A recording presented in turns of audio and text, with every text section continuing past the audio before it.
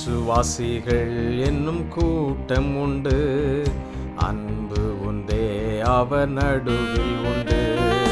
விசுவாசிகள் என்னும் கூட்டம் உண்டு, அன்பு உண்டே அவர் நடுவில் உண்டு. ஒரு மனம் ஒற்றுமை அங்கு உண்டு என்று சொல்லும் நாட்கள் இன்று வேண்டும். ஒரு மனம் ஒற்றுமை அங்கு உண்டு என்று சொல்லும் நாட்கள் இன்று வேண்டும். திறவுண்ட வாசல் அடைபடும் முன் நொறுங்குண்ட மனதாய் முன் செல்வோர் யார்? நாட்கள் கொடியதாய் மாறிடுதே, காலத்தை ஆதாயம் செய்திடுவோம். நாட்கள் கொடியதாய் மாறிடுதே, காலத்தை ஆதாயம் செய்திடுவோம். அல்லேலூயா. இருள் சூழ்கின்ற நாட்கள் நெருங்கி வந்து கொண்டிருக்கிறதை பார்க்கிறோம். தேவ பிள்ளைகள் நாம் இன்னும் திரளாய் செயல்பட வேண்டிய நாட்கள் இவைகள். அப்போஸ்தலனாகிய பவுல் தீமோத்தேயுக்கு ஒரு கடிதம் எழுதும் பொழுது இவ்வாறாக அங்கே எழுதுகிறதை பார்க்கிறோம். 2 தீமோத்தேயு 4ஆம் அதிகாரம் 5ஆம் வசனம், நீயோ எல்லாவற்றிலையும் மனத்தெளிவுள்ளவனாயிரு, தீங்கு அனுபவி, சுவிசேஷகனுடைய வேலையை செய், உன் ஊழியத்தை நிறைவேற்று. அல்லேலூயா. இது ஒரு குறுகிய நாட்கள், ஆனால் இந்த நாட்களில் மன தெளிவுள்ளவர்களாக தீங்கு அனுபவித்து சுவிசேஷ பணியை செய்ய ஆண்டவர் நம்மை அழைக்கிறார்.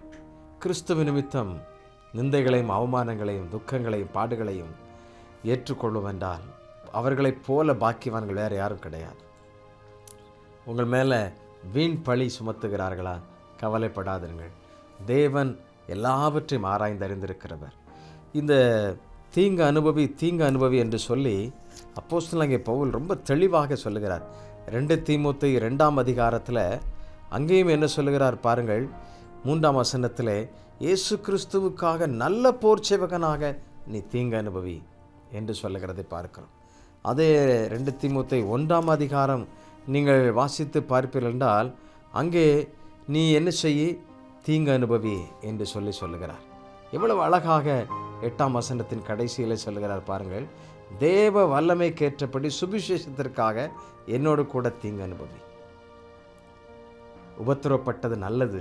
அவருடைய பிரமாணங்களை நிறைய நம்ம கற்றுக்கொள்ளுவோம்.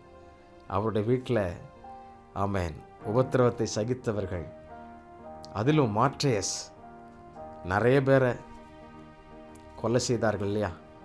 இயேசுவை சொன்னதற்காக அநேகர் சிறைப்பட்டு போனார்கள், அநேகர் சிரச்சேதம் செய்யப்பட்டார்கள். அவங்கெல்லாம் கர்த்தருடைய வீட்டில் எப்படி இருப்பாங்க பாருங்க.